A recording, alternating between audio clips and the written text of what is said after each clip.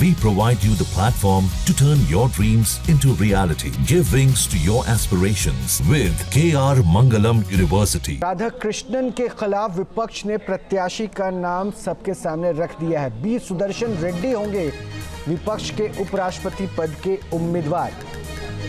B Sudarshan Reddy supreme court के पूर्व जज हैं। Sudarshan Reddy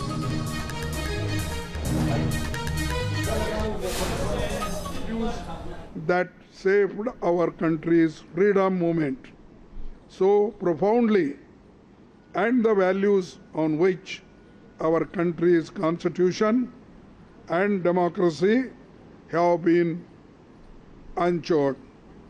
All these values are under assault, and therefore our collective and determined resolve to fight this election. So this is the name, and we had meeting just now, and everybody consented and agreed this name. So we are fielding him as a vice president candidate. Thank you very much. नमस्कार साथियों, अभी अभी खड़गे जी ने जो घोषणा की है, सुप्रीम कोर्ट के पूर्व न्यायाधीश बी सुदर्शन रेड्डी जी विपक्ष की ओर से एक जॉइंट उम्मीदवार हैं इस उपराष्ट्रपति चुनाव के लिए।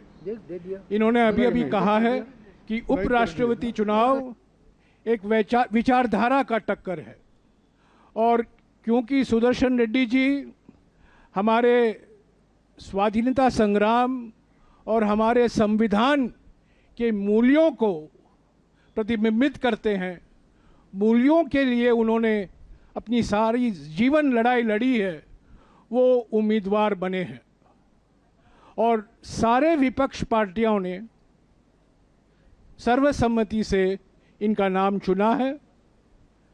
मैं खड़गे जी का शुक्रगुजार हूं कि उन्होंने सारे विपक्ष के पार्टियों के ओर से देश को एक विकल्प के रूप में बी सुदर्शन रेड्डी गारू का नाम उपराष्ट्रपति के लिए घोषणा की है। मैं अभी आपको भोजन के लिए आमंत्रित करता हूं। शुक्रिया।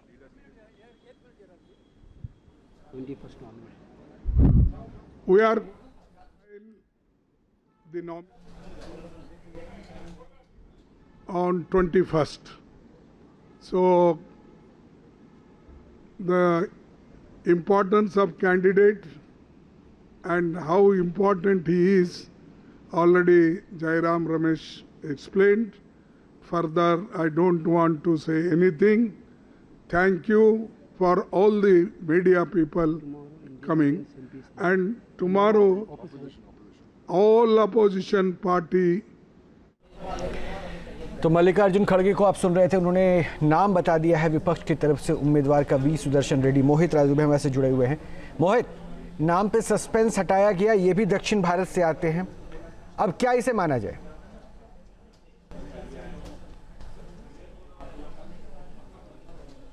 देखिए, सीपी राधाकृष्णन के मुकाबले इंडिया गठबंधन ने भी अपना उम्मीदवार उतार दिया है बी सुदर्शन रेड्डी को।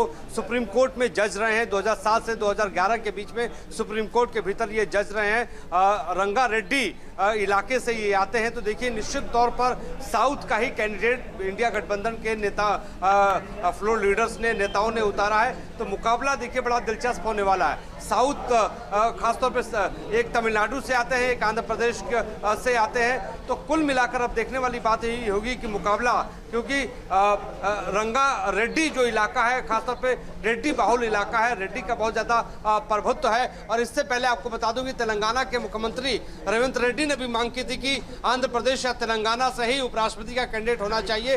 तो ऐसे में हम ये कह सकते हैं कि उनके लिए बहुत खुशखबरी है। अब देखने वाली बात यही होगी कि आंध्र प्रदेश के, क्योंकि तमिलनाडु में तो बहुमत लेने की कोशिश करेगी, ज्यादा से ज्यादा वोट लेने की कोशिश एनडीए करेगी, लेकिन टीडीपी की सरकार आंध्र प्रदेश में है। तो आंध्र प्रदेश के जो वोटर हैं, खासतौर वोटर का मतलब जो सांसद है, वो किसके पक्ष में वोट करते हैं, ये देखने वाली बात। बहुत बहुत शुक्रिया आपका इन तमाम जानकारी के लिए। तो कांग्रेस ने भी एक चेहरा सामने रख दिया है जो उपराष्ट्रपति पद के लिए दावेदार होगा विपक्ष की तरफ से।